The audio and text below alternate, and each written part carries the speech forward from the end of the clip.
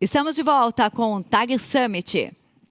Nós teremos agora o painel Renda Variável, de volta às raízes. Fundamentos importam e muito.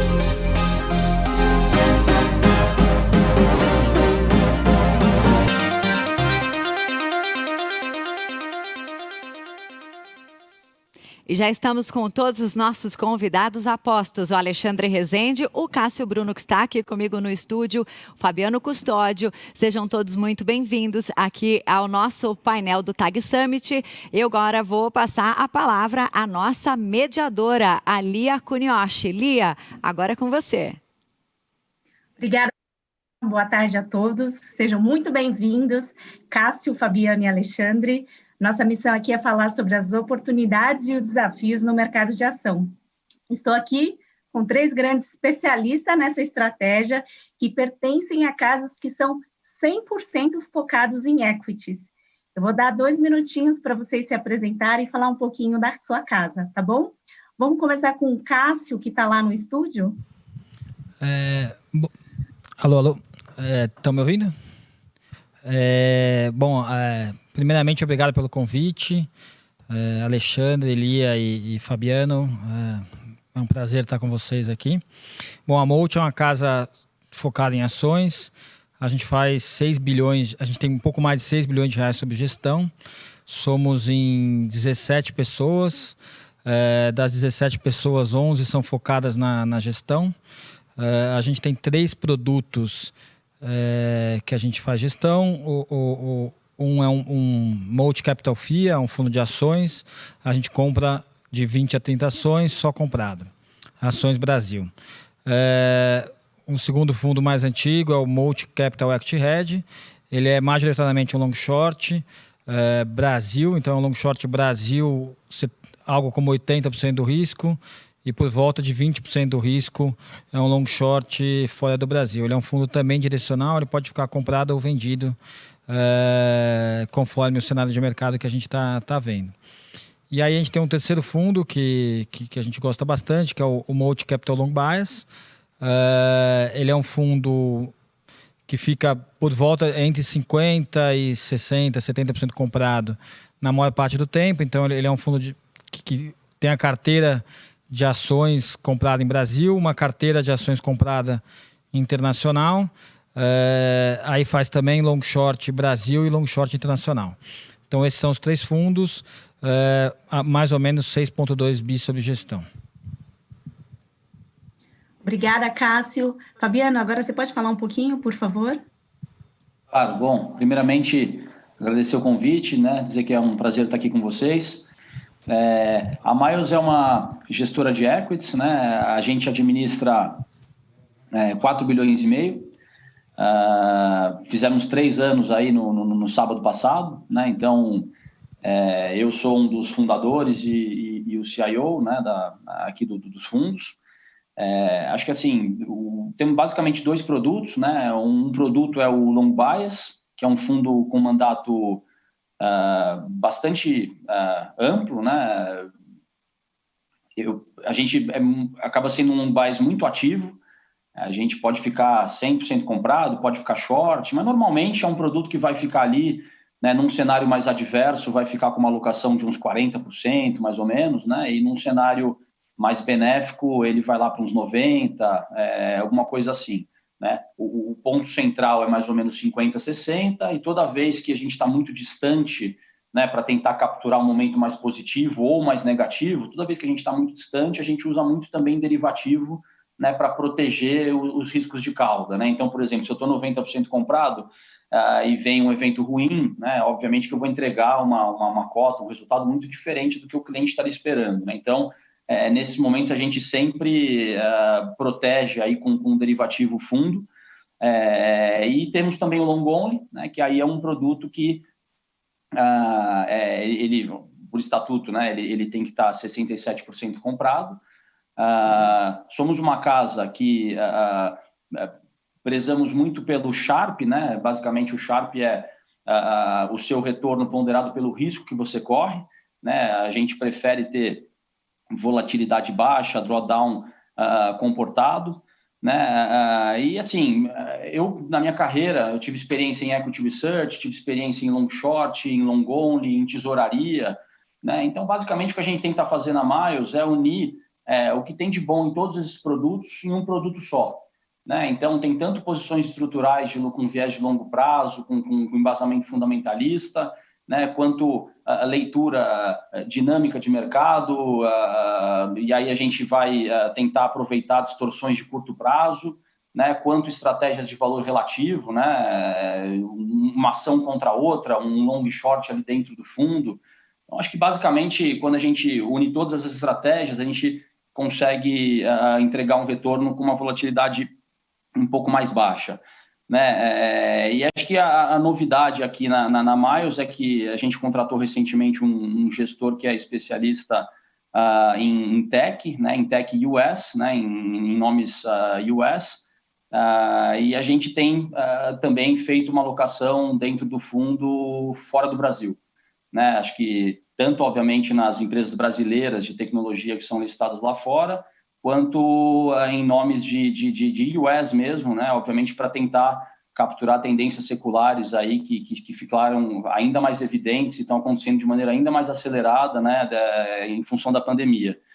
Então, acho que é basicamente isso, tá? Resumindo, a gente somos em 25 pessoas aqui, né? Então, resumidamente, esse é um pouquinho aí da história da Miles.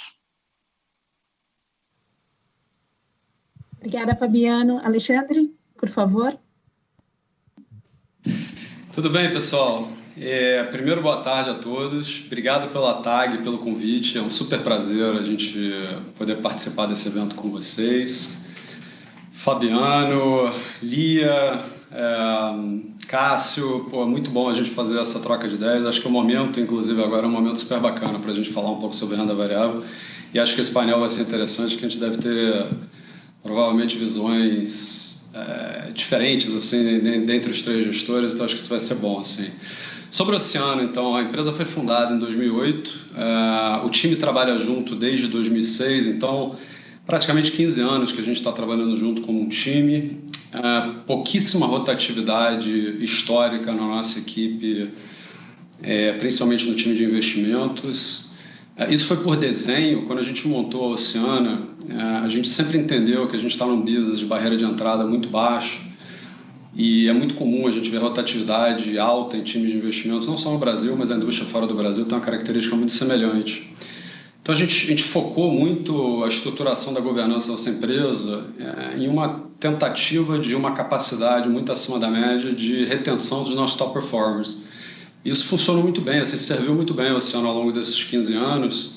A gente até hoje nunca perdeu assim, um profissional para o mercado por conta de uma proposta melhor de um concorrente ou porque a pessoa estava insatisfeita com a forma como a gente geria a empresa.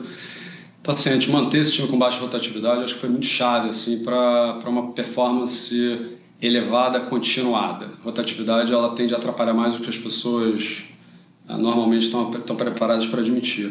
Hoje somos 22 pessoas, um time de investimento de 14 pessoas. São 8 bilhões de reais sob gestão que a gente tem na Oceana. Uma boa parte dos investidores que investem com a gente são investidores há muito tempo, assim, alguns há mais de 10 anos, assim, famílias que investem com a gente há mais de uma década. O nosso crescimento foi muito disciplinado no tempo, assim, eu acho que crescer aos poucos também é mais importante do que a maioria das pessoas acredita ser. Então a gente foi crescendo devagar, testando novos tamanhos ao longo do tempo, eficiência do processo de gestão em diferentes tamanhos. Então isso eu acho que também foi bem importante para a gente ao longo dessa trajetória de quase 15 anos desse time junto. Em termos de filosofia de investimentos, a gente tem uma abordagem para o investimento em ações que é muito particular é bastante diferente da maioria dos outros gestores que a gente conversa, que a gente troca ideia aqui no Brasil, no sentido de que a gente tem um viés muito forte de buscar margem de segurança em absolutamente qualquer investimento, qualquer alocação de capital que a gente tem no portfólio. Então, o foco do nosso processo de investimentos é sempre encontrar oportunidades de investimentos em que a gente acredita que, mesmo em cenários mais adversos para aquelas empresas, a chance da gente ter uma perda permanente de capital é muito baixa.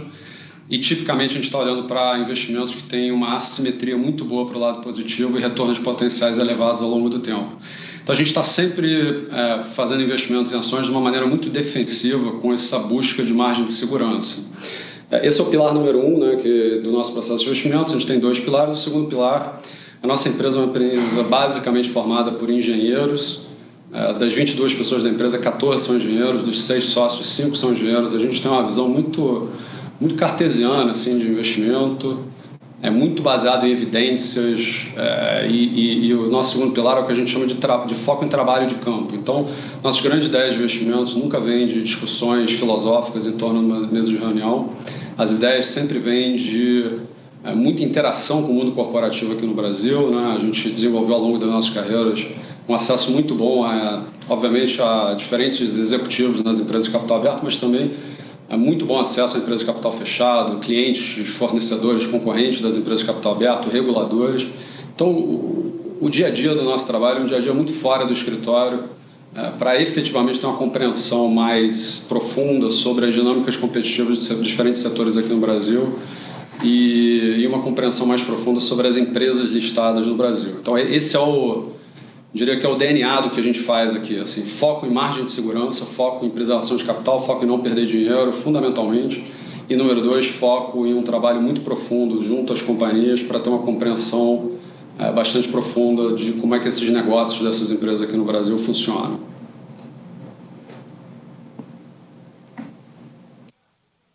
Obrigada, Alexandre. Bom, eu acho que eu queria agora saber um pouquinho mais e um pouco mais a fundo nos processos de investimento. Você comentou um pouquinho por cima, Alexandre, mas eu queria saber de todos vocês quais são os pontos críticos para vocês selecionarem ações. Como é que funciona o seu processo de seleção? Vamos começar com Alexandre. Vamos lá. Então, eu já adiantei, né? Assim, a gente ancora o nosso processo de investimentos nesses 2 pilares que eu comentei, né? Pilar número 1, foco em margem de segurança. Pilar número 2, foco em trabalho de campo. Para exemplificar assim, o que significa, né, foco em margem de segurança, a gente na Oceana não se refere a uma oportunidade de investimentos em termos de upside ou downside, né? Assim, o mundo de ações ele tende a pensar a oportunidade de investimento usando essa referência de upside ou downside. Mas o que é o upside de uma companhia? Nada mais é do que um fluxo de caixa descontado por um cenário de evolução operacional daquela empresa, que o analista que está fazendo aquela conta acredita no seu melhor julgamento, que é o cenário mais provável de evolução operacional do business ao longo do tempo. A gente tem um pouco de dificuldade assim, de acreditar que a gente vai ter uma capacidade acima da média de prever o futuro. Assim, né? A gente está numa indústria até... Curiosamente, que as pessoas acreditam que elas vão ser competentes em prever o futuro e a gente acredita que não, que as pessoas não vão ser competentes em prever o futuro. Então, ao invés de tentar fazer uma previsão do que a gente acha que vai acontecer com as companhias, a gente desenha o que a gente acredita ser um cenário extremamente desafiador de evolução operacional daquele business que a gente está olhando, daquela empresa que a gente está olhando. Então, se essa empresa específica sofreu uma série de reveses ao longo do tempo, o que é compressão de margens, de volumes, de resultados que a gente pode ver, de forma que a gente tem uma probabilidade elevada de que vai acontecer naquela empresa para frente, alguma coisa, ou aquele nosso cenário ali mais desafiador, ou alguma coisa melhor, né? Então, assim, você está meio que passando uma régua num cenário mais pessimista, e aí a gente estuda muito o que acontece com essas empresas nesse cenário mais pessimista, assim, o que é geração, será que é uma empresa que continua gerando caixa livre para o acionista, ou é uma empresa que vai entrar num ciclo de alavancagem crescente, de forma que ela vai ter que chamar capital no momento... pouco adequado. Então, a gente entende muito o que é dinâmica operacional dessa empresa no cenário de estresse. E aí, como uma regra de bolsa, quando a gente vê a chance de comprar ações de uma companhia no preço que o mercado oferece hoje e em acontecendo aquele cenário de estresse que a gente desenhou para frente, a gente ainda consegue travar uma TIR de inflação mais 7%, ou seja, um retorno real de 7%, num cenário conservador, esse é o momento que a gente está comprando ações das companhias. Então, a gente espera que ao ano a gente vai ter pelo menos 7% de retorno real para correr o risco de ações daquela companhia específica, né? Ação é um negócio que é extremamente arriscado, isso é uma coisa que, assim, às vezes, com uma visão, com um pouco mais de distanciamento, assim, você tem uma percepção melhor. Vamos pensar quais eram as grandes empresas da Bolsa Brasileira na década de 70. Era Paranapanema, Varig, quer dizer, empresas que não existem mais ou são pouco representativas. Década de 90, mais de metade do índice Bovespa era telecom. Hoje em dia, a telecom é uma fração não representativa do índice. É muito difícil ter uma segurança grande quais vão ser as grandes empresas do Brasil daqui a 10 ou 20 anos. Assim. Então, a gente prefere não assumir isso, jogar um jogo muito defensivo e alocar capital sem somente ser existe um retorno adequado para a nossa alocação de capital em um cenário mais desafiador. Obviamente, se o que acontecer para frente for alguma coisa melhor que aquele cenário de estresse, a gente está travando um retorno que tipicamente é muito superior àqueles 7% real. Então, o processo de investimento é esse, é um processo que eu diria é sempre muito defensivo, né? A gente acredita que a disciplina de investimento, independente da classe de ativos, aqui a gente está falando de renda variável, mas a gente acredita que isso vale para qualquer classe de ativos, é uma disciplina fundamentalmente de se evitar perdas. Se você consegue ao longo do tempo economizar os drawdowns do mercado, né, quer dizer, evitar perdas ou no mínimo suavizar, minimizar essas perdas e compor o seu capital a uma taxa decente, depois de 10, 15, 20, 30 anos, você bate num ponto de retorno acumulado muito superior a, por hipótese, um fundo que está subindo e caindo com o resto do mercado. Então, a gente acredita que a disciplina de investimento é uma disciplina fundamentalmente para se jogar na defesa o tempo todo, ser defensivo, não perder dinheiro, é extremamente importante para a composição de retornos de longo prazo de qualquer investidor, de qualquer portfólio. Então, essa é a filosofia que a gente aplica. Assim, se a gente imaginar os gestores de ações aqui no Brasil, a gente normalmente está sendo colocado lá no grupo que é a turma muito conservadora em termos de alocação de capital. Então, empresarialmente, a gente sempre foi muito conservador e como gestores e alocadores de capital, a gente é muito conservador também. Então, esse eu acho que é o ponto crucial assim, que diferencia muito o oceano, né? A gente vê que normalmente os investidores de ações estão tentando ver ali qual é a próxima grande tendência da Bolsa, qual ativo que vai entrar na moda agora e tudo, e a gente, de outra forma, está buscando coisas em que a gente acha que a simetria é muito favorável e que tem baixa chance da gente ter uma perda permanente de capital. A volatilidade vai acontecer, a volatilidade é um grande aliado do investidor.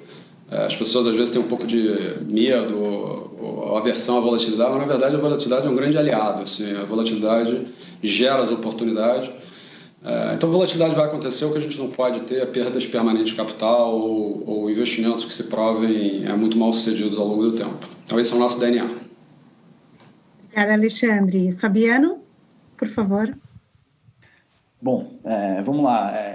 Nosso processo de investimento, né? Obviamente que a gente olha aí para diversas métricas de valuation, né? Fazemos um check aí com as empresas concorrentes, enfim, com os reguladores, fornecedores, toda a cadeia em que aquela empresa está envolvida, né? Isso quando a gente vai montar uma posição que é uma posição importante para o fundo, né? Lembra que eu coloquei que também a gente faz posições um pouco mais oportunistas, às vezes, né, para capturar alguma assimetria de curto prazo. Então, estou me referindo aqui ao processo de investimento das posições mais estruturais.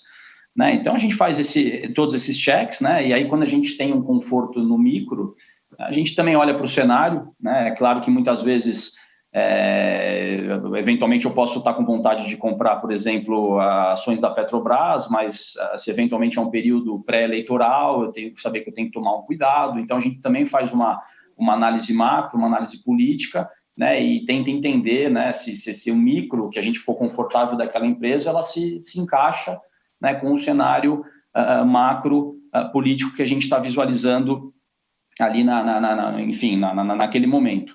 Né? Acho que conforme o Alexandre colocou, para a gente também, né, proteção de capital é a regra número 1. Né? Eu concordo bastante que talvez a principal tarefa do gestor é evitar drawdown forte. Né? Então, proteção de capital, e não é sempre que você vai ter a oportunidade, né, de buscar rentabilidade. Né? Então, você tem que estar ali na defesa, se protegendo, e em alguns momentos você vai ter a oportunidade, né, de conseguir uma rentabilidade, conseguir, enfim, que o fundo avance, mas sempre lembrando que proteção de capital é a regra número 1. Né? A gente é muito disciplinado com tamanho também, né? A gente tem muito claro aqui padrões de tamanho, de posições grandes, de posições médias, de posições pequenas, né? Eu acho que o tamanho das posições, a maneira como você monta a teia toda do book, né? Ou, às vezes você tem uma posição que é pró-cíclica, uma posição que é anticíclica, então você entender, né, a correlação entre os ativos e os tamanhos também é algo fundamental, né? Você nunca pode perder grande, né? Esse que acho que é um ponto, né? E uma outra coisa que a gente também está buscando implementar, assim, mais recentemente na Miles, né, com bastante ênfase, é entender que as mudanças elas estão acontecendo de uma maneira muito mais rápida, muito mais brusca agora do que elas aconteciam no passado. Né? Então, muitas vezes você está olhando uma empresa, né? Eu uso, por exemplo, o caso da Petrobras. A Petrobras ela vai entrar num período de crescimento de produção, né, mais forte, né? Ela vai ter um CAGR de crescimento de produção bastante mais acelerado do que ela teve nos últimos anos. Né? No entanto, o múltiplo, ela está com um múltiplo, né, um EV/EBITDA, que é uma métrica de valuation que a gente usa, descontado em relação à média histórica. Né? E aí, assim, basicamente, um grande vetor que determina se o múltiplo deveria ser mais alto ou mais baixo, né, é a perspectiva de crescimento que se tem. E aqui, então, a gente tem um exemplo de uma empresa que vai ter um crescimento, né, porém está com múltiplo abaixo. Né, algo que é estranho.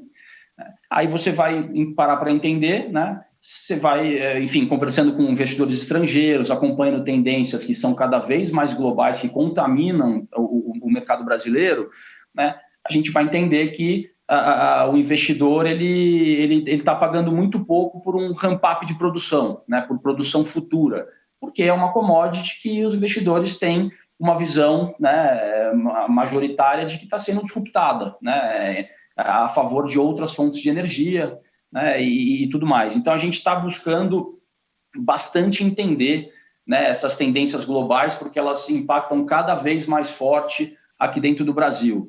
Né? Então, por exemplo, racionais que sempre funcionaram. Essa empresa aqui, quando ela está nesse nível de múltiplo, né, é seguro comprar, aqui o downside é limitado e pode ser que tenha um bom upside. De repente, você vai ver, é uma empresa que não é ESG friendly, é uma empresa que tem problemas aí com desmatamento do ambiente ou governança, né? E os investidores eles dão pesos diferentes ao longo do tempo para essas coisas, né? Então isso está muito relevante, né? Está muito relevante. Então, coisas que você aplicava no passado, né? Rapidamente essas coisas não funcionam mais, né? Então a gente tem buscado, e aí veio a ideia de montar essa célula aqui dentro da Miles, com esse gestor que a gente trouxe, que é um cara especialista em tecnologia, em tendências, né? Para que a gente possa estar mais conectado com as tendências globais, com o que tem acontecido, né? Para tentar entender melhor como vai ser a precificação dos ativos aqui dentro. Né? Então, acho que basicamente isso. Né? Entender, né? Acho que isso é algo novo que eu acho muito importante, entender que o mundo está mudando numa velocidade muito rápida e a gente muitas vezes tem que atualizar as métricas que a gente sempre usou, né? A gente tem que ter métricas diferentes, né? Que sejam mais adaptadas a essa nova tendência de mundo. Então, acho que de maneira resumida, eu acho que eu coloquei aí mais ou menos como que são a tomada de decisão aqui na Miles. Muito bom, Fabiano, obrigada. Vamos lá, Cássio. Vamos lá, acho que o pessoal falou bastante sobre filosofia, eu vou também tentar falar bastante sobre a filosofia de investimento da Molt. Então, basicamente, a gente tem 3 pilares, eu vou começar primeiro com o pilar de análise, para a gente entender como a gente olha uma empresa, como a gente vai atrás do investimento, né? Acho que a primeira coisa que a gente procura é entender a simetria daquele investimento, né? Então, quais são os ativos, o que o mercado está precificando.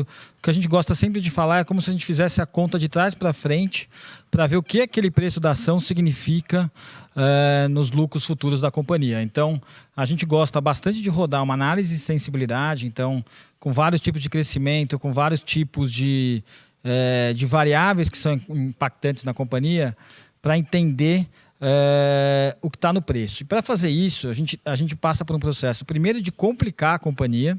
Então, a primeira coisa que a gente faz, a gente entende a companhia a fundo, olha diversas variáveis, tudo que pode impactar a companhia. E depois a gente passa pela segunda fase, que é simplificar a companhia. Então, a gente primeiro entende ela complexo, e depois a gente simplifica e reduz o número de variáveis que a gente quer olhar, que a gente chama dos Key Value Drivers. E no final das contas, o mercado ele precifica poucas variáveis, ele é capaz de acompanhar ao mesmo tempo uma companhia. Então, se eu puder dar um exemplo bastante simples, uma empresa de celulose tem várias coisas que impactam ela, desde o raio médio, então a distância que está a árvore da planta de celulose, a distância do porto, isso são coisas que são variáveis que mudam no longo prazo. Mas no curto prazo, que vai impactar o mercado, é o preço do câmbio e o preço da celulose. Então a gente pode falar que os Key Value Drivers de curto prazo de celulose é o preço da celulose e o câmbio, e os Key Value Drivers de longo prazo é toda essa parte operacional que muda com muito mais dificuldade. Então, a gente, na Molt, é esse entendimento, esse processo de entendimento profundo das companhias, e aí trazer isso para o mercado, trazer para uma coisa que é tradável, uma coisa que é possível a gente tomar posições. Então, não adianta também a gente ficar com uma tese de longuíssimo prazo, que uma coisa vai acontecer, o mercado ele vai te atropelar no meio do caminho. Então, você tem que entender a dinâmica de mercado. A gente não é uma casa só de análise, a gente é uma casa de análise e gestão. E aí, o que a gente faz? Eu gosto de fazer um exemplo bastante claro de como a gente olha... Caraca.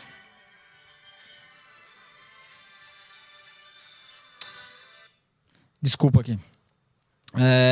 A gente gosta bastante de olhar os ativos no longo prazo, né? Então, assim, a gente monta o modelo daquele ativo, então como se fosse um modelo de física, né? Então, basicamente, o que a gente acha que o mercado... Eu vou montar um modelinho bem simples, que é um peso preso por um fio. O mercado gosta de olhar o peso está parado, o peso está andando, a gente olha outras coisas. Se está vindo uma tesoura cortar esse fio. Então, a gente tenta olhar outras coisas que o mercado não está focado. O mercado gosta de focar muito no que está acontecendo hoje. A gente olha muito o que vai acontecer e o porquê que vai acontecer. Então, basicamente, os investimentos que a gente faz é para entender a mudança de percepção do mercado. Então, acho que o Alexandre comentou no começo, as empresas de telecom eram muito importantes, as empresas na década de 70 foram são diferentes. Então, a gente olha para frente e fala o que vai fazer com que a percepção do mercado mude sobre aquela ação. E a gente acha que o grande dinheiro, o dinheiro de verdade, com assimetrias muito grandes, estão aí. Então, um exemplo que a gente tem recente nosso, são 2 exemplos, mas tem N, que é o que a gente gosta de procurar. Então, a Via Varejo, ou a Magalu, em 2016, era uma empresa vista como quebrada. Hoje, todo mundo acha a melhor coisa do mundo. A gente não tem mais, a gente tinha em 2016. A Via Varejo era vista também há 6 meses atrás como empresa quebrada. Já não é mais vista. A Oi é a mesma coisa. Então, eu estou pegando tipos de investimento que a gente acabou fazendo de empresas que eram vistas como quebradas, que deram certo, que são casos de reestruturação. Não é só isso que a gente tem no fundo, mas eu estou dando um exemplo de como a gente vai atrás da mudança de percepção do mercado, nesse entendimento de como as coisas mudam. A mesma coisa acontece quando a gente faz shorts. A gente também na casa faz shorts e a gente gosta de procurar os shorts naquilo que o mercado ama, acha que aquilo vai durar para sempre, é uma tendência circular, coloca preços exorbitantes. Isso aqui, obviamente, dá um cheiro do que a gente quer procurar. Agora, a gente é uma casa de gestão, que tem 2 outros pontos importantes. A segunda é entender o porquê que isso vai mudar e quando. Então, os triggers são muito importantes. Então, se é liquidez global, se é algo micro, cada empresa tem um motivo para mudar a precificação e mudar a percepção.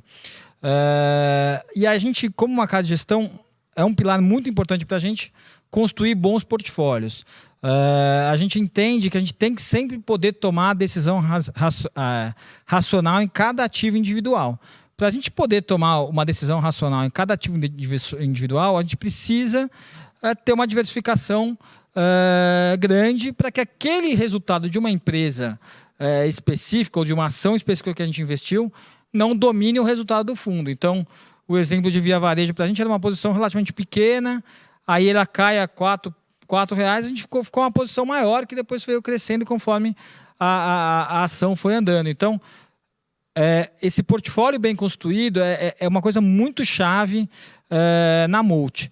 E o terceiro pilar, que é a casa de análise, mas também a casa de gestão, a gente muda o tamanho das posições conforme as assimetrias mudam. Então, as coisas não andam em linha reta, as coisas andam, cai, vai, volta.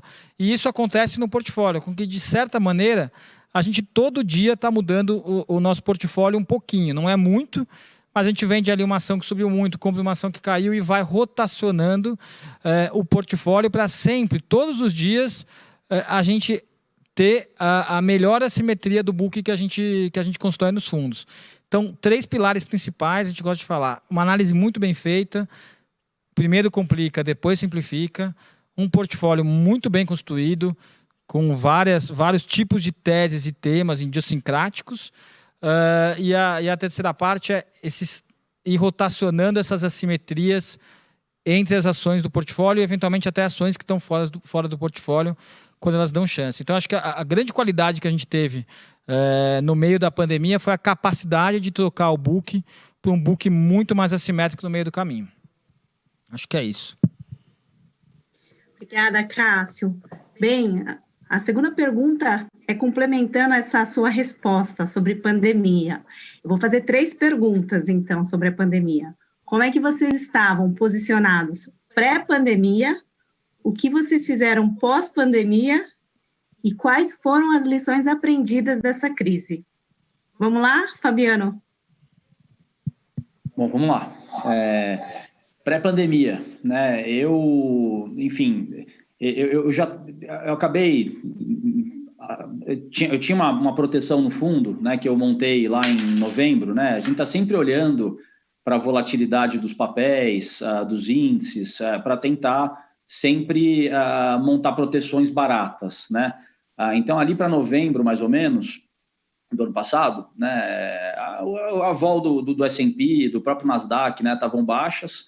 Eu imaginava que em março, ali mais ou menos março, abril, a gente teria uma volatilidade, né, em função dos nomes dos candidatos, né, do nome do candidato democrata, né, às eleições americanas, né. Então, eu tinha uma put bem fora do dinheiro, né, para proteger realmente a cauda, tinha uma put de S&P, né.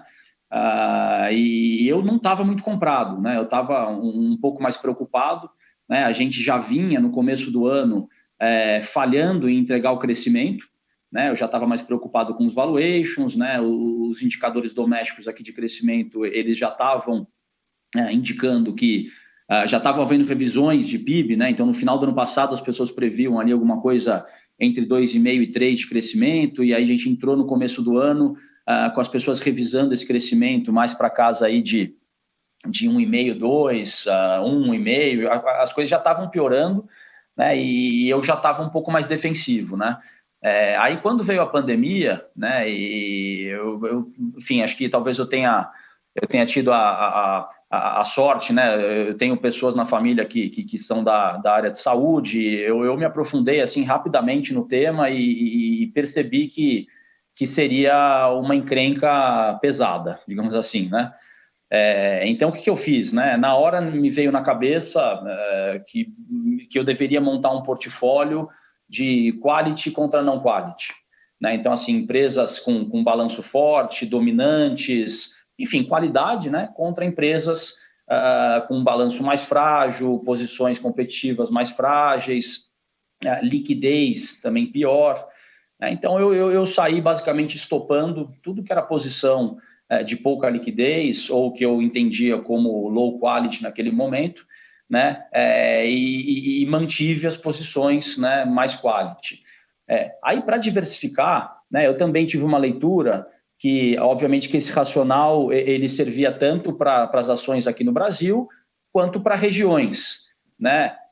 Claro, a gente fez aqui uma matriz de situação fiscal dos países, né, de capacidade de leitos e tudo mais, né, e aí basicamente a gente viu distorções do tipo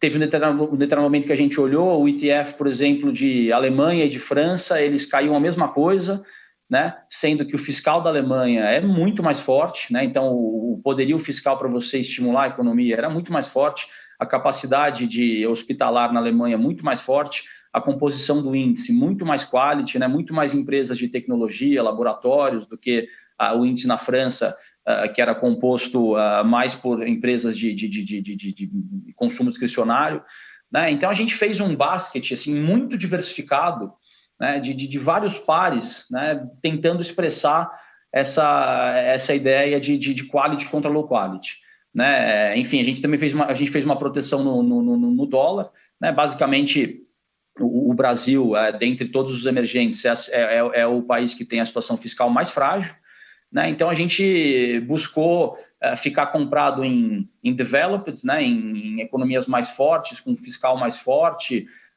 mais produtividade, e buscou estar short, né, em empresas ou países, né, que tivessem uma característica oposta, né? Então acho que esse trade do quality contra o low quality ele funcionou bastante, né? E também nos aprofundamos bastante em algumas tendências, né, que se acelerariam, né? Acho que a pandemia ela veio para representar um fast forward, né, em algumas tendências. E aí veio a ideia também de aumentar a tecnologia no fundo, tá? Eu não vejo como alguma coisa que está na moda, eu vejo sim como uma tendência secular. Acho que eu tive uma leitura que a pandemia, né, ela vai trazer ainda mais concentração de renda, né? A gente está vendo isso assim, de maneira bem clara, né? Todo dia o Nasdaq, as empresas de tecnologia, elas têm uma boa performance, enquanto o mundo emergente tá mais fragilizado, né? Então a gente buscou se aprofundar bastante em o que aconteceria em termos de tendência e adicionamos bastante desses nomes, né, de tecnologia, empresas estrangeiras, né? Porque muitas vezes o que acontece no Brasil é que, por exemplo, esse tema de tecnologia tem um valor, assim, tem muita escassez de ativo aqui no Brasil. Então, você quer comprar uma empresa de software aqui no Brasil, por exemplo, você vai pagar aí 45, 50 vezes lucro, né? Ao passo que você pode comprar uma empresa de software que é uma líder mundial, que tem crescimento de earnings e que você tem muito mais confiança naquela empresa no futuro, a múltiplos muito mais baixos, né? 25, 30 vezes. Então, a gente observou isso, né? Então, a gente basicamente construiu o portfólio com bastante tecnologia, né, um mix, né, muito mais alocado lá fora do que aqui dentro, né? Estopamos ativos de pouca liquidez, né, ativos com uma posição competitiva frágil, balanço frágil, né, e seguimos assim. Então, o que mandou no nosso fundo foi esse racional de quality contra low quality, isso servindo para empresas, para regiões, para países, para moedas, para tudo, né? E a gente não fez nada muito grande, a gente fez um negócio muito diversificado, né, com muitos trades ali dentro do fundo, e isso fez com que a gente conseguisse também, pelo menos no relativo, aí, se segurar e enfim, e atravessamos aí, talvez um dos piores momentos do mercado financeiro, de certa maneira, saímos do outro lado, saímos vivos do outro lado, né? Acho que não era o momento de tomar muito risco. Então, acho que basicamente o que a gente fez na pandemia é isso, a gente expandiu muito o nosso universo, né, de coisas que a gente passou a fazer, passou a entender, nos esforçamos bastante para buscar novas ideias e novas maneiras aí de encarar o cenário que vinha pela frente. Legal. Cássio, você pode responder também, por favor? Claro, com certeza. Acho que a pandemia ela é super relevante, mas eu acho que o mercado tende a colocar tudo como se fosse uma coisa só. Acho que a crise da pandemia ela tem dois momentos, né? O primeiro momento é o momento da saúde, vai parar tudo, toda aquela incerteza, isso leva a S&P a cair, sei lá, 15% a 20%. E aí todo aquele choque de mercado, toda aquela questão bastante rápida. A segunda parte da pandemia, que aí é o que acho que tornou o entendimento da gente desse processo macro também, uma casa bastante micro, mas que gosta bastante de entender o macro também, que é a segunda fase da crise, a segunda fase dos mercados, que é quando você tem o desmonte da OPEP, e aí você passa a ter uma questão efetivamente macro de contágio para o mundo inteiro. Então o mercado dá uma segunda pernada de piorada, e aí as bolsas batem as mínimas no mundo inteiro.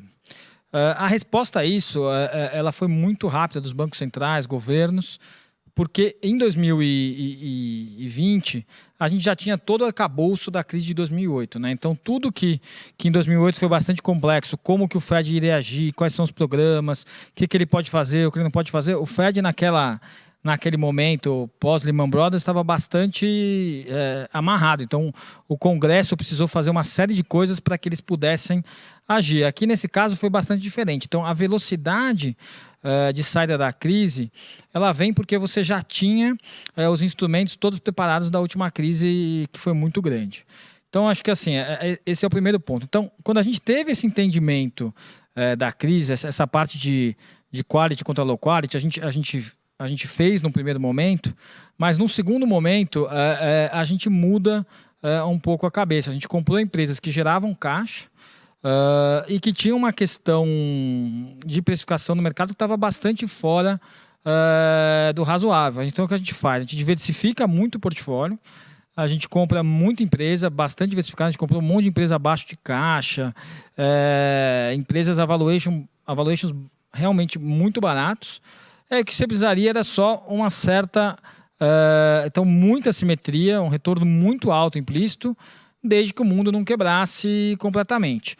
E quando a gente viu que o Fed tinha usado esses instrumentos, assim parecido com 2009, a gente falou, estamos tranquilos que esse é o cenário daqui para frente. Então, são dois momentos da pandemia, a gente entra também com menos risco, a gente estava bastante preocupado com valuation, com essa questão que a gente vê hoje de novo, que é uns ativos ainda com um retorno esperado muito baixo e uma quantidade de ativos com retorno esperado alto, mas com temas muito complexos, né? Então bastante contra o mercado. Então a gente vê essa parte, aí tudo cai, quando tudo cai a gente compra as coisas de qualidade, as coisas de qualidade recuperam mais rápido, e a segunda pernada foi vamos comprar coisas que são boas, mas não são as líderes, não são as melhores, mas que são boas e estão a preços muito baratos. E aí o mercado trouxe de volta na segunda fase. Então, olhando um pouco para frente, que acho que é bastante interessante, então, em termos de aprendizado e um pouco para frente, hoje o mercado continua com essa tese do value versus growth. Acho que a gente nunca teve, acho que níveis de bolha da internet, eu não acho que estamos em bolha, mas o diferencial entre cash flow futuro com cash flow presente, faz muito tempo que a gente não vê um diferencial tão grande. A gente, na Molt, a gente gosta de empresa que a gente gosta mais de empresa que gera caixa. A gente também tem investimentos de empresa que vão crescer muito. A gente é um pedaço do portfólio, mas a gente não concentra nisso. Então, como eu falei na filosofia de investimento, a gente gosta de diversificar em vários temas. Então, um pedaço do portfólio hoje está em temas com mais geração de caixa, cash flow mais presente, que podem que tem um dividend yield bastante alto, muito acima do CDI. Um pedaço do portfólio está em empresas realmente que vão crescer, que a gente vê essa capacidade de crescimento e obviamente um cash flow de bem baixo, também tem no portfólio. E aí tem uma série de outras coisas que são idiosincráticas, que a gente chama de self-help na Molt, que é companhias que elas, por si só, estão passando por transformações que a gente vê bastante positivas. Mas, para fazer esses investimentos, é o que eu falei também, a gente tem que entender que mundo que a gente está e o que vai fazer mudar, né? Então, se veio para ficar as tendências, o quanto acelerou, se o mercado colocou demais no preço ou não colocou, isso faz com que a gente tenha posições maiores ou menores. No atual momento, a gente está mais preocupado aí com o excesso de liquidez global, trouxe uma série de riscos de curto prazo, de alocação, Robinhood lá fora, pessoas físicas aqui no Brasil, que é normal, acho que a gente acha excelente para o mercado, mas tem que ter um entendimento do que está no preço e o que uma decepção causa, né? Então, a gente também tem essa parte de investimento offshore. A gente estava short numa empresa chinesa, se chama Pinduoduo, ela cresce absurdamente em GMV. A gente tinha Alibaba contra Pinduoduo. a Pinduoduo cresceu 70% o GMV ano contra ano e a ação caiu 16% no dia seguinte do resultado. Então, assim, esse entendimento do que está no preço, da assimetria, é uma coisa que para a gente é muito importante. A Alibaba, quando saiu o resultado, subiu 5%. Então,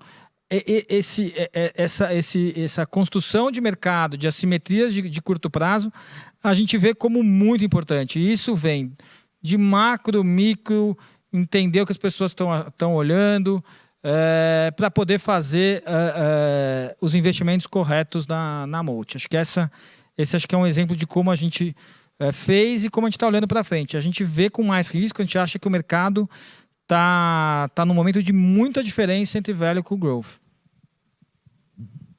Excelente, Cássio. Alexandre, por favor.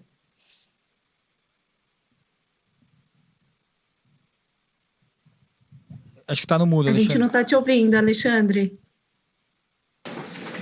Agora Desculpa, sim. gente, estava no mudo. Acontece direto isso, né? Lia, eu vou dar uma resposta mais curta para a gente poder rodar mais e ficar mais ida e volta, assim. Sobre crise, assim, o que a gente viu dessa vez foi um ambiente que, apesar de, assim como toda crise, assim, o negócio dá um medo grande, né? A gente estava diante de um fator absolutamente desconhecido.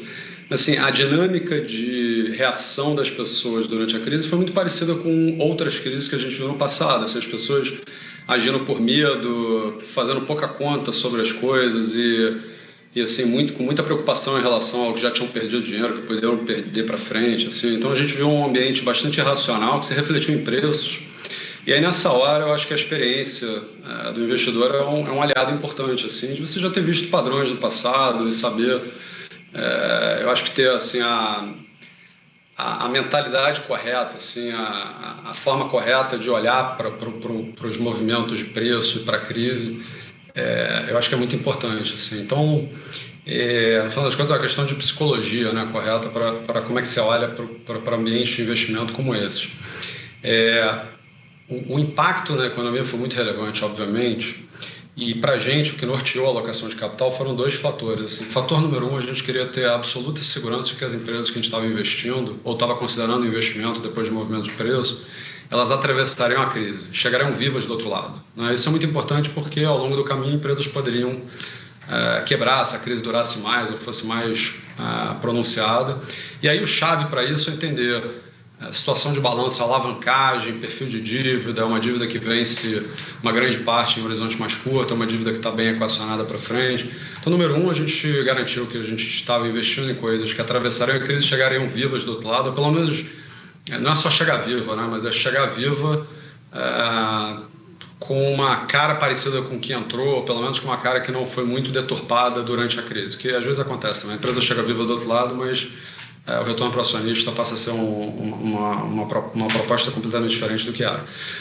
Mas, assim, igualmente importante para a gente era encontrar investimentos que tinham um retorno potencial muito elevado, porque a gente viu vários exemplos durante a crise de empresas que chegariam vivas do outro lado, mas que elas não chegaram num nível de preço que oferecia um retorno muito bom para o investidor. Assim. Então, aquele negócio que, uma empresa boa, que vai chegar viva do outro lado, mas você não vai ganhar muito dinheiro investindo naquilo. Então, a combinação das duas coisas foi o que norteou o nosso processo de alocação de capital. Assim. A gente viu muito caso em que as ações de companhias estavam caindo 40%, e mesmo que você considerasse um impacto de 2 ou 3 anos horrorosos para aquela companhia, a perda de valor deveria ser na ordem de 15%, às vezes 20%. Então, a queda dos preços foi mais pronunciada do que a piora dos fundamentos, de forma que muitas oportunidades interessantes surgiram de alocação de capital durante a crise. Muitas dessas oportunidades já fecharam de lá para cá, né, com esse movimento mais recente de preço. Mas assim, o mindset de alocação, né, assim, a forma como a gente estava olhando para potenciais investimentos durante a crise era norteada por esses dois fatores. Obrigada, Alexandre. Agora, para a gente fazer um bate-bola mais rápido, só temos 10 minutinhos e a gente não pode atrasar. Já recebi aqui um recado da produção. Bom, eu vou direcionar para cada pessoa, vou direcionar uma pergunta, tá bom? Então, primeiramente, para o Cássio, ainda existe oportunidades na Bolsa? Não andou demais? Estamos numa bolha? Bom, acho que a primeira coisa, acho que a gente não está numa bolha. Obviamente tem um excesso de liquidez no mundo. tem ativos bastante caros, mas a gente não está numa bolha, não é um negócio generalizado, tudo está muito caro, não tem o que fazer. Acho que esse é o primeiro ponto. Ainda tem oportunidades? Ainda tem muita oportunidade. Acho que a grande transformação que o Brasil está passando, que é o financial deepening, que é a quantidade de empresas novas que estão aparecendo, assim, isso faz com que o material de trabalho de um gestor está muito grande. Então, tem muita coisa nova. Eu faço gestão há 16 anos. No começo, tinha 25, 30 empresas para investir no Brasil com liquidez. Hoje, a gente fala de mais de 100, 120 empresas que a gente cobre no Brasil com liquidez para um fundo com uma casa de mais de 6 bi sob gestão. Então, espaço tem. O que a gente tem que fazer é procurar o que tem uma simetria de valor, de cenário positivo. A gente vê muita oportunidade, a gente vê muito ativo, muito barato. Agora, a gente é uma casa que procura os ativos mais baratos naquelas coisas que são under-owned e under-loved, né? Então, provavelmente aquilo que está mais... que o momento é bom, que as coisas estão funcionando muito bem. Muito desse retorno alto, a gente tinha várias dessas empresas durante a crise, muito desses retornos muito altos, eles já foram embora. Então, a gente está na fase que a gente chama da fase difícil do investimento, que é retornos mais baixos, você precisa vender um pouco mais caro para outra pessoa, e isso a gente vê. Mas a gente rotacionou bastante nosso portfólio, a gente acha que a gente tem um portfólio ainda muito barato, com muita oportunidade, sim. Excelente, Cássio. Agora para o Fabiano. No que diz respeito às alocações, todo o capital sob gestão é aplicado unicamente em ativos seguros ou você adota uma distribuição dos ativos levando em conta risco e retorno? Então, a resposta é a segunda opção. Né? A gente sempre vai olhar para a simetria aqui, né? Então, por exemplo, uma classe de ativos, né, que sempre, historicamente, aí, em toda a minha carreira, não só na Miles, como também nos outros lugares por onde eu passei, né, eu sempre gostei, né, de estatal, né?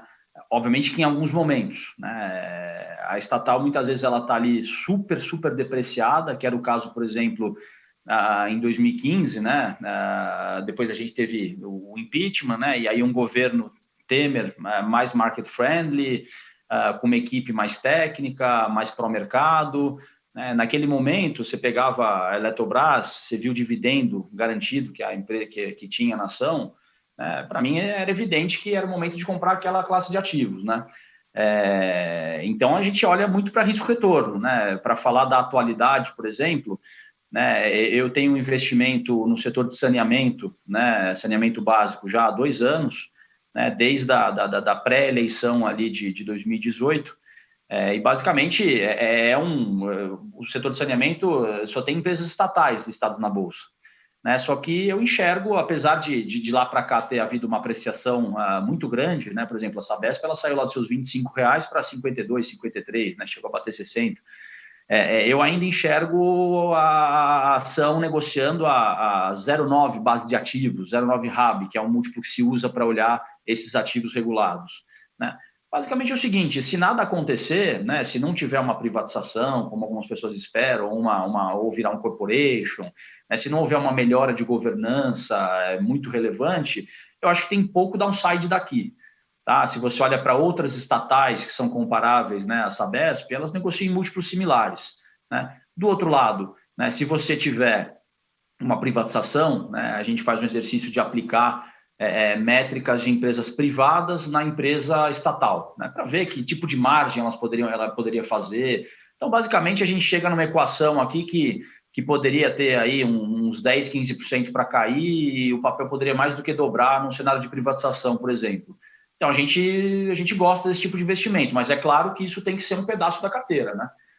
Então, o tamanho é muito importante, né? Então, te respondendo, a gente sempre olha para a simetria, para risco-retorno, né? Então, a gente tem todo tipo de ações no book, como eu coloquei, empresas de mais qualidade, com tendências seculares a favor, né? Mas também tem esses investimentos que têm, assim, digamos assim, acho que não é um caráter especulativo. Especulativo não é a palavra correta, não está me vindo à cabeça agora, mas que tem uma simetria favorável, né? Eu sei que eu perco pouco e eu posso dar uma baita porrada se acontecer, né, o que eu acho que é provável que deveria acontecer, né? Enfim, mas aí o tamanho tem que ser controlado, porque a gente sabe como é que é Brasília, política, às vezes a coisa não segue um racional econômico, então, mas eu acho que play essas assimetrias é um negócio que eu gosto de fazer, tá?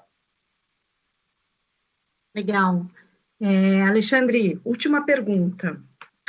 Na análise seletiva de investimento em ação de empresa, é levada em consideração a capacidade profissional dos respectivos gestores, a liderança da empresa? Isso é chave, né? Assim, eu diria que não só é levado em conta, mas é uma coisa muito chave, assim. Eu diria assim que uma boa empresa, uma coisa que eu ouvi de um dos nossos analistas uma vez e achei muito interessante, assim, uma boa empresa é uma construção histórica, na verdade, né? Assim, você tem, tipicamente, você tem pessoas extraordinárias que conseguem desenhar negócios extraordinários, que, por sua vez, atraem outras pessoas extraordinárias. É um ciclo que vai se retroalimentando porque você tem uma cultura de alta performance dentro daquela organização. Então, assim, o componente de gente é um componente que a gente avalia com muito detalhe. Assim, no final das contas, a Oceana, quando entra no investimento, a gente não tem uma visão de que a gente está comprando um papel, um código de letrinhas. Não é isso. A gente está comprando uma participação acionária num negócio. E, no final das contas, quem quer ser sócio de pessoas incompetentes ou desonestas, ou que falam uma coisa e fazem outra, né? Quer dizer, então, no final das contas, é o desenvolvimento de um relacionamento com aquelas pessoas que a gente acaba fazendo, e isso traz para a gente uma compreensão sobre a qualidade dessas pessoas. Assim. Então, as melhores companhias que a gente vê no Brasil, invariavelmente, são companhias em que a gente tem uma admiração muito grande pelas pessoas que estão lá. Assim. Normalmente são pessoas muito especiais, assim, pessoas que juntam um conjunto de qualidades que fazem com que aquela empresa consiga performar de forma extraordinária ao longo do tempo. Assim. Então, eu diria que esse é um aspecto muito chave para qualquer negócio, né? Assim, imagina, sei lá, qualquer um de nós, se a gente quiser montar um restaurante com um grupo de amigos, você vai escolher bem quem que você quer para ser seu sócio num restaurante. Para uma companhia aberta, a gente como acionista de uma empresa, não é tão diferente disso. Assim. Então, esse é um aspecto muito chave, assim, que, no final das contas, vai ditar de maneira muito importante a qualidade que aquele negócio vai ter ao longo do tempo. Muito bom. Bom, pessoal, estamos chegando no nosso final do nosso painel. Queria agradecer em nome da TAG todos vocês. Foi muito proveitoso. Muito obrigada e tenham uma boa noite. Obrigado, pessoal. Boa noite, pessoal. Obrigado. Bom, nós agradecemos também aos nossos convidados, a excelente moderação da Lia. A gente faz agora aquela rápida pausa para você aproveitar esse tempinho para responder a enquete que está disponível aqui mesmo na nossa plataforma, visitar as salas dos nossos patrocinadores, porque no final do nosso evento, você sabe, a sua participação vale prêmio. A gente volta já já.